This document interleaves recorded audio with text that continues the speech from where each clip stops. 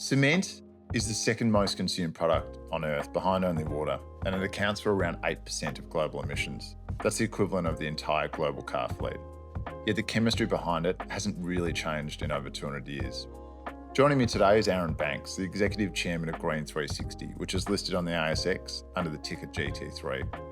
Now, Aaron acquired a Victorian production plant for $1.9 million that today would cost around $120 million to replicate, and he's now commercialising metakaolin, a low-carbon supplementary cementitious material that partially replaces Portland cement. With a Calix tolling treatment signed, material already going into the suburban rail and Eastern Freeway extension, and off-takes from the majors imminent, there's plenty to unpack. We hope you enjoy. Aaron, thanks very much for joining us on Vantage Point. How are you doing? So I'm well, thank you. You?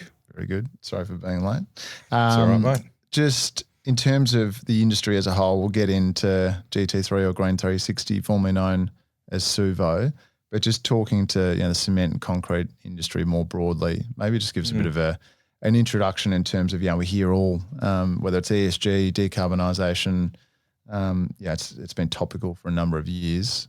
Cement or concrete sometimes goes by the wayside in terms of how much of a problem it actually is with regards to emissions. Maybe just give us a bit of a background on what you're doing, why you're doing it, essentially. Yeah, sure. Well, it's a big industry, It's probably the second most consumed product on Earth, only behind water. So it's it's a very stable building material. The binder system that goes into making concrete, which is the cement, it's the grey powder you buy in the bags from Bunnings. Wonder product. You wouldn't have had the Industrial Revolution without it, but it's problematic. It's extremely energy intensive, and the emission profile generated if the cement manufacturers around the world were a country that'd only be behind sort of China and US as a total global emitters. It's the equivalent of the global car fleet, so circa 8%. And the world's on the mission now to obviously to decarbonise the built environment. They've got a strategy now with EVs. Yep. Where it's the internal combustion engine car. We're moving to they're looking at EVs. They don't have the strategy yet for the decarbonisation of the built environment. So what they're looking at doing is removing the carbon intensity of the culprit inside the concrete, which is, as I said, the guys that manufacture the grey sort of out of the binder system, the cement. So there's a bit of a push now to to bring that back, and metakaolin, which is what we produce, is at the forefront. It's a low-hanging fruit. It's a very well understood, cementitious alternative. Players around the world already make it. Heidelberg, Holcim's, and that are already sort of well up the curve around the world. Just not here in Australia, because no one's sort of built out a robust supply chain for clay, whereas we're the only guys that have that. And in terms of talking to Portland cement, it hasn't basically changed in over 200 years. Why is that? Well, as I said, it's a wonder product. Yeah. It was, look, you would not have many things without it, right? It's a very well understood product. It's very stable. It's very cheap to make. The chemistry behind it's relatively simple to understand. That's why we haven't looked at to sort of change the way we do things. It's now because of this. The opportunity really here is because of the window that's been created is such because of the decarbonisation piece that the powers that be look whether you subscribe to climate change as being man-made or not, the policymakers have decided, and the policies now are reflecting.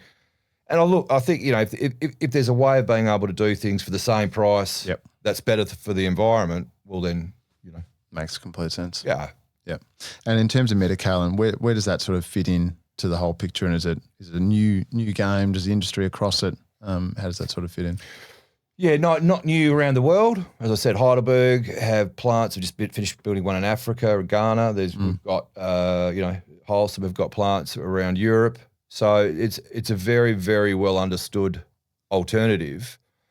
The only reason it hasn't been done here is because, as I said, there's no supply chain that's been built out And we've got the incumbents, the cementitious, replacements. We've always used here fly ash and blast furnace slag, right? So two very good supplementary cementitious materials. Arguably, the metakaolin is a better one from a performance-based. You can substitute more clay, than you can fly ash. Slag, in certain circumstances, you can combine it and you can make it, arguably a better concrete than you can without the clay. But it's low-hanging fruit as far as the governments are concerned because it's so well understood overseas. Yep. So for decades they've used metakaolin, around the world, just not here. So we're slipping into it now. Been a lot of testing. The Australian standards are now starting to catch up. I was just reading an email today where the powers that be are looking to pull this in to standards, and once it's in standards, then it'll start to accelerate because there's abundance of clay. Clay's not rare; it's a decomposed kaolinite, which is what we're talking about. It's just the decomposed granite systems. What makes us unique is, whilst that's not rare, the kaolinites that are highly reactive, that sit with good logistic solutions, they're more and are fully permitted and in production, they're much more rare. So we'd be at the moment we're the only game in town. Yeah. And take us back in terms of how it all came about. Obviously, Green360 GT3 now used to be called Suvo. You sold a business into VRX. Maybe just give us a bit of a background on yourself before we dive a little bit deeper. Yeah, sure. So I'm an adjunct professor at one of the unis back in Perth for environmental engineering. I've done a couple of deals on the ASX, the one with VRX you mentioned, where we put a very high grade silica sand into VRX. Pivoted from a base metal explorer into that, and that soon to be producer of high grade silica sand. We sort of then had an exit from that, and then went to set up two private companies that we backdoored into a battery tech company. So we pulled it off the exchange, raised $5 million, put the two private companies into that, and then within a very short period of our listing life, sort of got offered to bid on an operating asset in Victoria, Imerys, which is a large French multinational company, capped at about 6 or 7 billion euro. They were looking at wanting to get out and start further downstream processing. So an opportunity came to bid on that asset. So we bought it for about $1.9 million, spent about $5 million on it. And, like in the last 2 years, done around 24, 25 million in rev out of it. So I have a background of building businesses and selling them. And in terms of the assets and the production side, I think you did $13 million of revenue last year, which is, as we were saying before, there's a bit rare in terms of micro cap land of a $40 million company actually having double digit revenue, but obviously has a bigger story to come. Maybe just talk to us practically in terms of who you're selling to, where's the assets and whatnot. Yeah, so as I said, when we bought that asset, it was already currently had a blue chip client base. So supplied traditional markets like paints, adhesives, pharmaceuticals, coatings. So our clients are Dulux, Visy, Selleys, Bostik, Yates, Nufarm, Estée, Lauder, Body Shop. So as I said, when we committed the 6 or 7 million, I think it was, in returning the plant back to nameplate capacity, we looked at, okay, of the newly created latent ton capacity, how can we make money out of this? What are some of the green emerging markets perhaps that we can look at instead of the traditional grey markets? And that's how we found that the metakaolin was a very, very good supplementary cementitious material, a partial replacement for Portland cement. So then we ran some tests on it through Melbourne Uni. We found out that it's some of the highest grade, most reactive clay, kaolin on the planet. It was put up against some of the majors, other clays in Australia here, and it surpassed all of them. So then we knew, okay, we've got a material here that we can, we can make. So we went from the lab manufacturing it in small scales. As you said, we've already produced sort of circa 20,000 tonne into the grey markets already, with the revenue last year of sort of circa 13. We looked at, okay, how can we, sort of build that out and now start making the metakaolin side of things. So we did some extensive testing, found out that the material was extremely reactive, as I said. We then looked to being able to utilise how can we make this sort of cost effective. Because as we said before, everyone can, we can all talk about, green products and everyone wants them. But the minute that there's a premium to be paid for them, Not interesting. there's less sort of excitement around, So it's still, look, at the end of the day, it still gets back to you need to be able to make this for, particularly in something like concrete where, countries' GDPs run off, construction and the rest of it. You're not going to get away with running 20, 30, 40% premiums. It's nonsense, right? Yeah. So you need to deliver this, at a cost effective way. So we went to, okay, we've been manufacturing out there, or the facility's been manufacturing continuous operation for, circa 50 years. So we went, right, let's start at the settlement ponds and tailings facilities. So then we bring in the circular economy piece. We have a look at, right, the mining cost is already booked to the primary product that we've been selling. So this sits there at a zero cost base. So let's start there. So that's, how we started it. And we found out that our tailings makes an extremely good product. Maybe, if you just talk us through that, because I find that quite fascinating that you've had an existing product and then all of a sudden look at the tailings dam and realise, you've got something that could be potentially revolutionary. How the hell does that happen? Yeah, so, well, I guess it comes back to, from doing these things before and creating businesses, you're coming off cost base, right? And you've got to work out then working back and you've got to make margin to make money. So you've got to sit there and say, okay, we could mine this product, sure, but you're going to have costs associated obviously at the front end of that, in the mining and the processing. But if we could extract and start looking at our tailings facilities, which still have, they're a byproduct of making, let's say we make a ton of product for Estée Lauder. We have roughly a ton of product of a byproduct of kaolin. It's still the same alumina oxide component to it, which we'll speak about later, which is the critical part of converting that into the amorphous phase to trigger these reactions within the cement, the concrete system. It's still a very, very high grade clay. So we started in there knowing that, right, we're coming at a zero cost base here. Yeah. Let's see what we can do with our tails.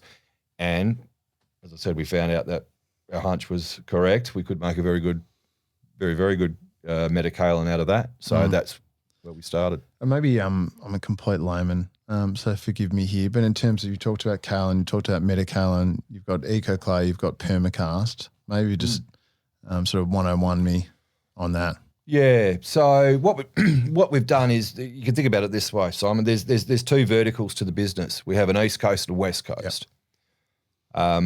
Reason being is when we're talking about a concrete and supplying cementitious materials into said industry, you're talking about rubbing shoulders with behemoths. Right? They're massive players. They're global players.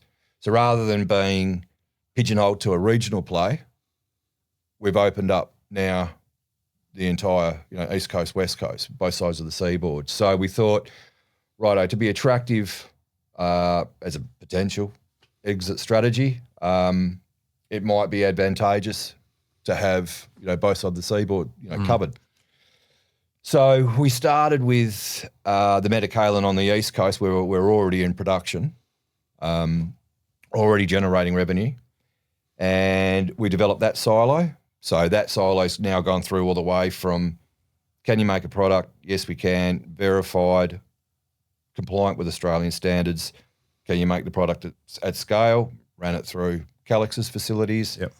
Then did the deal with Calix that we announced under a toll treating arrangement. So we have sort of circa 30,000 tonnes of capacity now that we could start generating. And all of the majors, most of the majors, the last ones we're still talking to now, have taken the material, and a number of larger dependents. So we're expecting probably the first offtakes to land imminently. So that would be the Victorian silo. And as you mentioned, permacast on the West Coast. So permacast are a precaster large precast, largest in Western Australia, one of the largest in Australia. They built precast products for Optus Stadium back home. Gorgon, their clients are like Chevron, BHP, Rio, state government, federal government. So they make large bespoke sort of products. So what we saw, we sort of sat down and said, okay, what can we do in the low carbon concrete spaces in, say, we call them commoditized products. So you think of, noise walls up and down the freeway that abate noise from the residential on the other side, concrete road barricades, retaining wall blocks. So we've sat down, but back home we have more, mining and manufacturing than what we do in Victoria. So there's lots of industrial byproducts. So you could think the byproduct of making lithium hydroxide for the stuff in the lithium in your phones. For every 1 tonne of that, you'll create 9 tonnes of waste that currently is buried back home at a cost of probably $100, $150 a tonne to, let's pick one of them, Tianchi. We've now got that product, worked out how we can bring it into concrete and make a low-cost, low-carbon sort of concrete out of it. So the permacast JV is ultra critical because what it allows you to do is everyone could do everything in a lab. That's simple. Try doing it in a large-scale manufacturing facility. That's a little bit harder, right? So we knew that if you're going to produce a product and you want to be able to commercialise this, you need to be able to do it in a large-scale manufacturing, setting. Otherwise, we're just creating continuous feedback loops in labs, and you're not going to get anywhere. You're not going to make any money. That's not very commercial, no. No. So that's the idea with the JV with permacast, and that's as I said, the silo that sits on the west coast. So we're developing. We're pushing these. In parallel. Probably we're further up the curve with EcoClay and the metakaolin. Because the industrial byproducts, like the lithium hydroxide byproduct, red mud, we've announced. There's some more coming around on that. These are products that have got a longer time horizon to get accepted into industry. Largely the bureaucrats, because I said governments and even the concrete guys, no one's mucking around with something as critical to countries' GDPs are run off construction and the rest of it. So they're going to want to know 100% that 110%. It's going to work. And there's no fallout, environmentally or otherwise. Also the performance side of the concrete, like the durabilities and the rest of it. They're going to have a level of comfortability that it's going to get there. We've done with the lithium hydroxide byproduct probably 200 tests, 9,000 points of data. So there's certain products that we're almost ready to commercialise that we'll start talking about soon in the market. And what those things allow ultimately is once you get them over the line and accepted, again, hypothetically, if someone was paying $100 a tonne to bury something and you might be able to get paid $100 a tonne to take it. Those products that you could make would have a lower cost base and cheaper than any other product you could buy in the market. And then now all of a sudden you've developed, which means the margin on it. You're basically getting it for free. And you'd end up coming into market and be able to do things that other producers at the time wouldn't be able to compete against in costs. So it opens it up. There's a whole. Not only are you got that decarbonisation piece that we spoke about, but now you're, like as we said, you're being able to introduce products that are they're more cost effective than anything else that exists. So you've got that side of things as well. And so 2 key things I want to talk about. I want to talk about Calix and tolling treatment there, and I also want to just understand, just in terms of it sounds amazing. How big's the market and how do you make money and what's the sort of market size and whatnot? But let's go to Calix first. Where were you without that agreement in terms of the tolling out of Bacchus Marsh? Oh, it was a highly critical piece. Yeah, as critical as the offtake. You can go and sign offtakes, but if you haven't got lots of people are running around signing up MOUs and saying, look, we're going to do X. If you can't produce it, and And so in terms of testing, the back smash and whatnot, it all comes out all rosy? 100%. Yeah. So when we're running at, well, we just did 150 tonne yesterday out there. So ready for delivery into, so one of the majors is taking it via pneumatic tankers. Another one's going to start looking at taking it in, in 10 kilo bags. Other large independents are taking it in 1 tonne bulker bags. So it depends on how they're geared at their batching plants and to what suits them. So what the critical part that we're working through now is, as we fold this into the existing supply chains, that's critical in and of itself, because if you can't supply a material to someone the way they want to supply it, and then you have to re-gear their batching plants and re-kit everything, you're talking about CapEx items and everyone goes back to the same, that's too hard, it's too much, not interested. So we're not only have we demonstrated we can make a product, we can make a product for a competitive price, we can now make a product at scale at all those things, and now I've folded into the supply chain.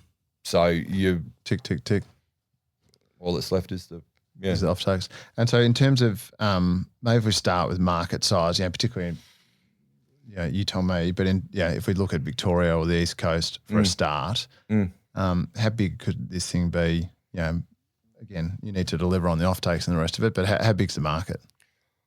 Oh, it's big. Yeah. Yeah. It's look, rough. What Western Australia pours in 12, in a year, Victoria does here in 1 month. That's a bit scary. So it's large, and then that's Victoria, and then you've got sort of New South Wales sort of on the doorstep then, and you look at maybe perhaps South Australia. So between just on the eastern seaboard, look, I have no doubt that over time there'll be more and more sort of kaolinite deposits coming online. But again, it's a logistics exercise as much as everything else, right? That's why you see in the concrete world, these batching plants are set strategically. Yeah. They're set for the duration of time that concrete can sit inside a truck with an agitator, the mixing bowl on the back.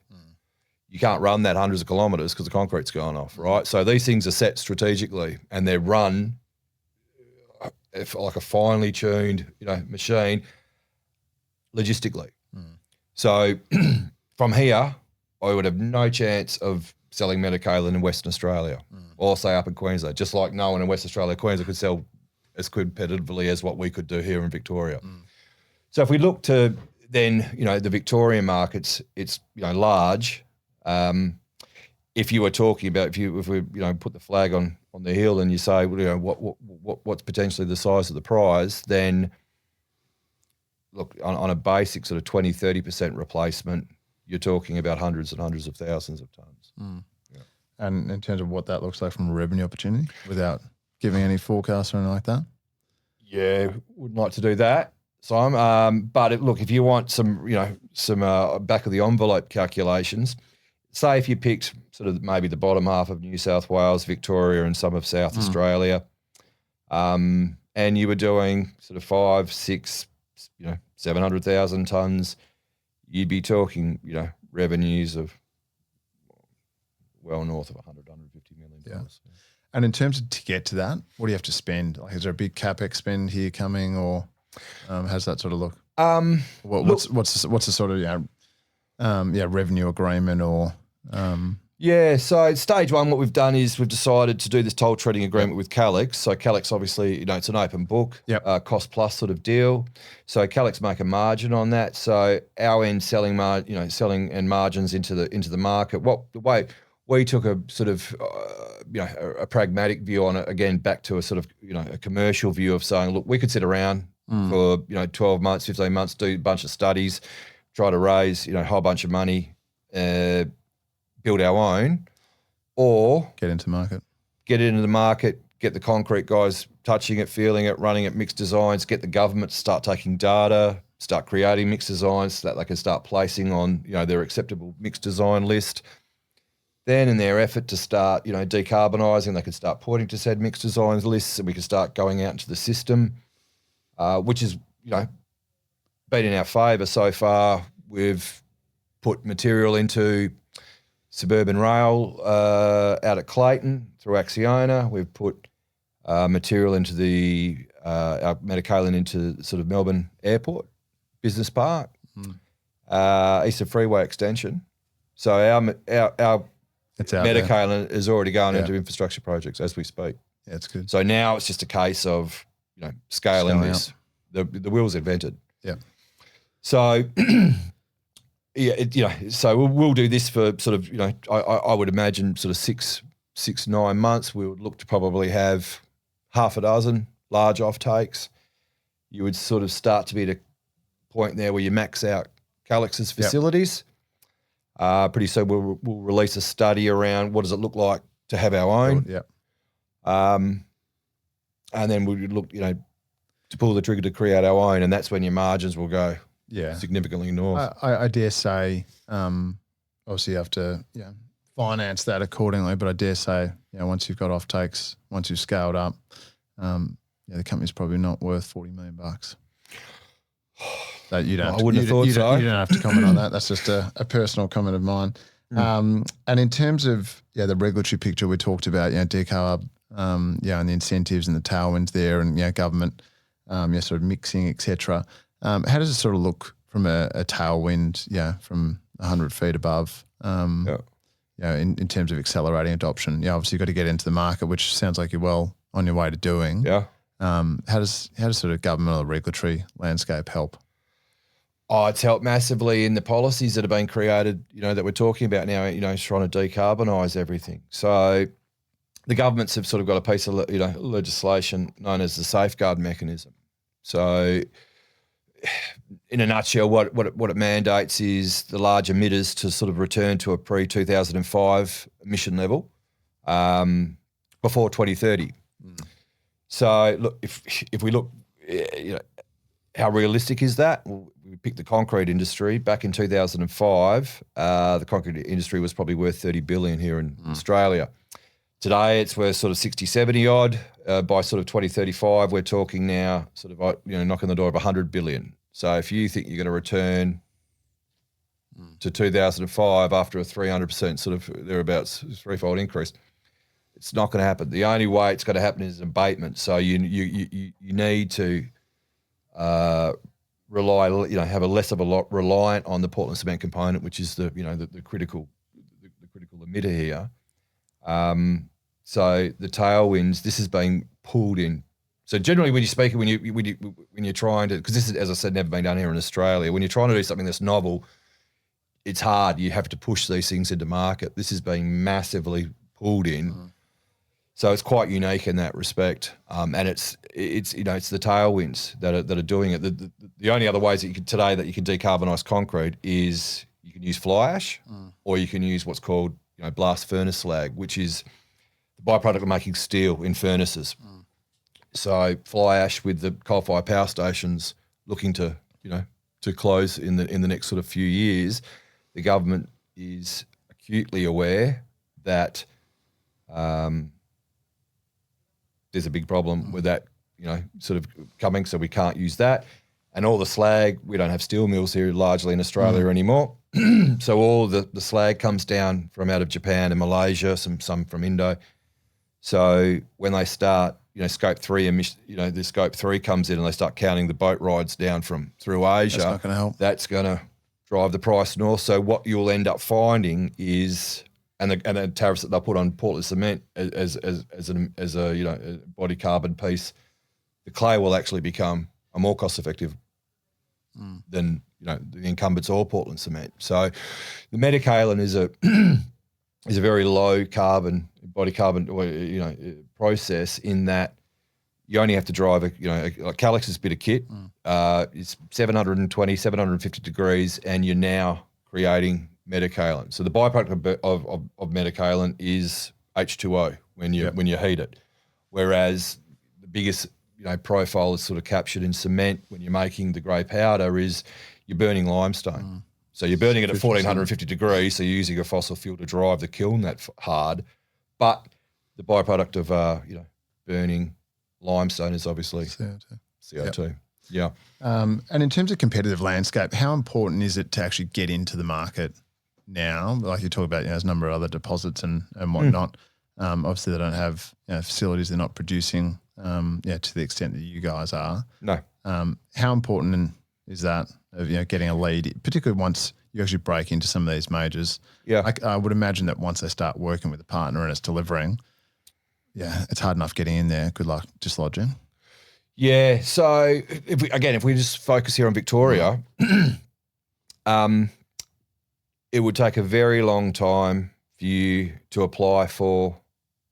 Even if you found, you would be able to find kaolin. As I said, it's not rare, but good luck trying to get that mine granted anytime in the next 12 or 15 years because of the regulatory approval process. And we probably should leave it at that. It's difficult to get those things approved nowadays. So from that point of view, seeing that we're already in production, already have a plant, to reproduce that plant that we have out there would be $120 million today. That's not an insignificant point, right? No, it's insured for 80 and you're capped at 40. So, and you're generating 13.